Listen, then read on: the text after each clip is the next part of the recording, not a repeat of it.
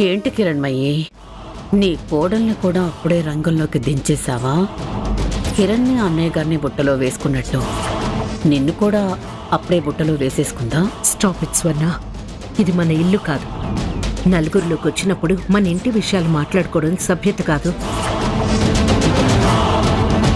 ఈ కవితల పోటీలో ప్రథమ బహుమతి అందుకోబోతున్న మిస్సెస్ ఉషా కిరణ్ గారిని తన కవితని వినిపించాల్సిందిగా కోరుతున్నాను. ఇక్కడికి ఉషా నీ కోడలి స్థానంలో వచ్చిందేమో అనుకున్నాను. నెమలి కంటి ఇంటి వారి పేరు నిలబెట్టడానికి వచ్చిందేమో అనుకున్నాను. ఆఫ్టర్ ఆల్ 50,000 బహుమతిగా గెలుచుకోవడానికి వచ్చిందా? నీ కోడలు మరీ ఇంత కక్కుర్తుదనుకోలేదు. నిన్ను చూస్తుంటే జాలేస్తుంది. నీ స్టేటస్ తెలియని అమ్మాయి నీకు కోడలైంది. నెమలి కంటే ఏంటి వారి పరువు ఈ విధంగా తీసి పారేస్తుంది. మిస్సెస్ ఉషా కిరణ్ గారు, ఇక మీరు స్టార్ట్ చేయొచ్చు.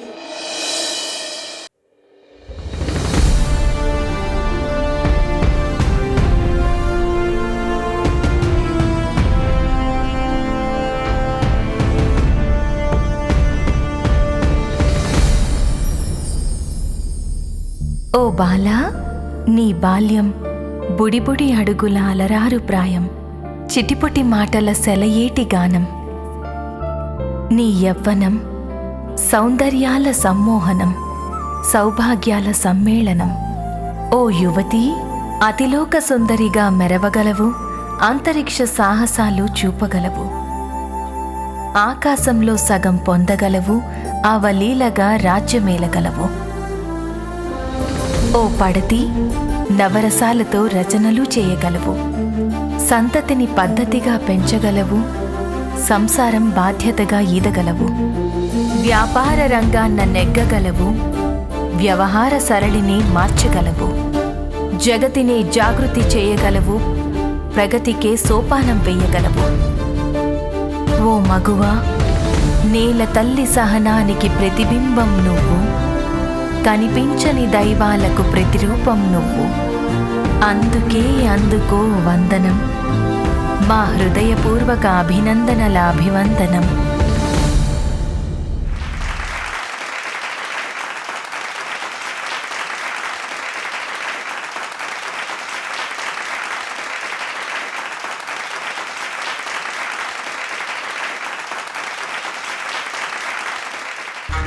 ఇల్లు కడితే మన తాహతుకు తగ్గట్టు ఉండాలి, పెళ్లి చేస్తే మన స్థాయికి తగ్గట్టు చెయ్యాలి అంటారు. నువ్వు ఇల్లైతే నీ తాహతుకు తగ్గట్టు కట్టుకున్నావు, కానీ నీ చిన్న కొడుకు పెళ్లి మాత్రం 50,000 రూపాయల కోసం తాపత్రయపడే అమ్మాయితో చేశావు. So sad Kiranmayi.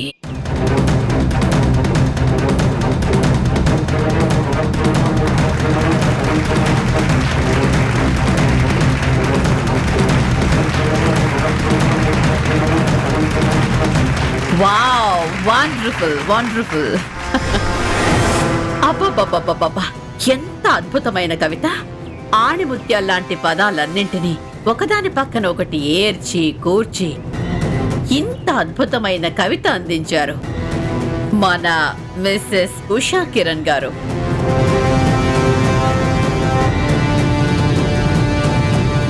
ఇప్పుడు మన ముఖ్య అతిథి అయిన కిరణ్మయ్య గారి చేతుల మీదుగా ఉషా కిరణ్ గారికి అవార్డ్ ప్రెజెంటేషన్ జరుగుతుంది.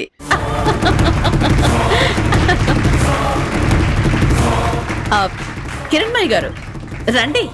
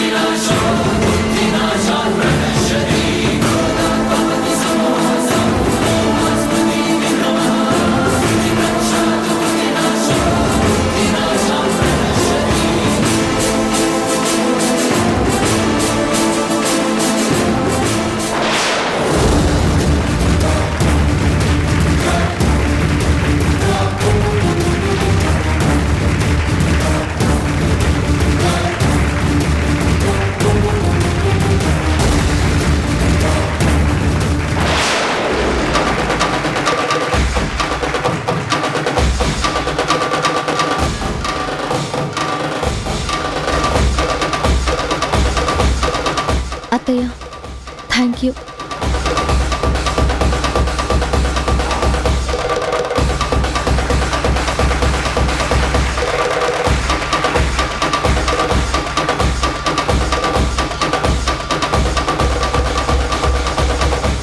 ఈ సందర్భంగా మన అవార్డు గ్రహీత శ్రీమతి ఉషా కిరణ్ గారిని 4 మాటలు మాట్లాడాల్సిందిగా కోరుతున్నాను. తీసుకోండి.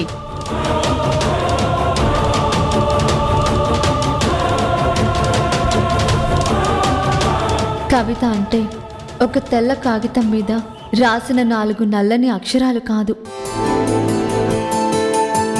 కవిత అంటే కొందరి అనుభూతులు, కొందరి ఆలోచనలు, మరికొందరి అనుభవాలు. ఆ అనుభూతులకి, ఆలోచనలకి, అనుభవాలకి అక్షర రూపం ఇస్తే అదే ఒక కవితగా మారుతుంది. అది మరొకరిని కదిలిస్తుంది. మీకొక విషయం తెలుసా? కవితకు చాలా బలం ఉంది. కవిత మనుషుల మనసులని మారుస్తుంది, మనుషుల ఆలోచనల్ని మారుస్తుంది, మనుషుల సంకల్పాన్ని మారుస్తుంది. కవితలో ఉన్న బలం అర్థం చేసుకుంటే ప్రతి మనిషి ఒక రచయిత కావచ్చు. కనీసం మరొక రచయిత రాసిన కవితలను చదివి తాను కూడా ఇన్స్పైర్ కావచ్చు. ఏదేమైనా నాలో ఉన్న ఈ కళని మీ అందరి ముందు ఉంచడానికి, నన్ను నేను ఇంకా మెరుగుపరుచుకోవడానికి ఇంత గొప్ప అవకాశం ఇచ్చిన సాహితీ శోభ అకాడమీ వాళ్ళకి నా ప్రత్యేక ధన్యవాదాలు.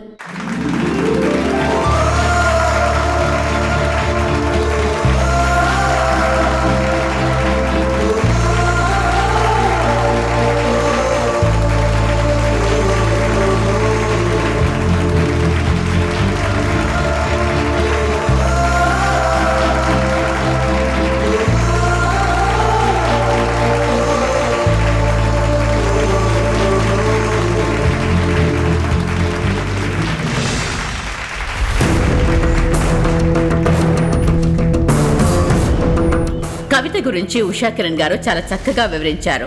ఇప్పుడు మన ముఖ్య అతిథైన కిరణ్మయ్య గారు మాట్లాడతారు.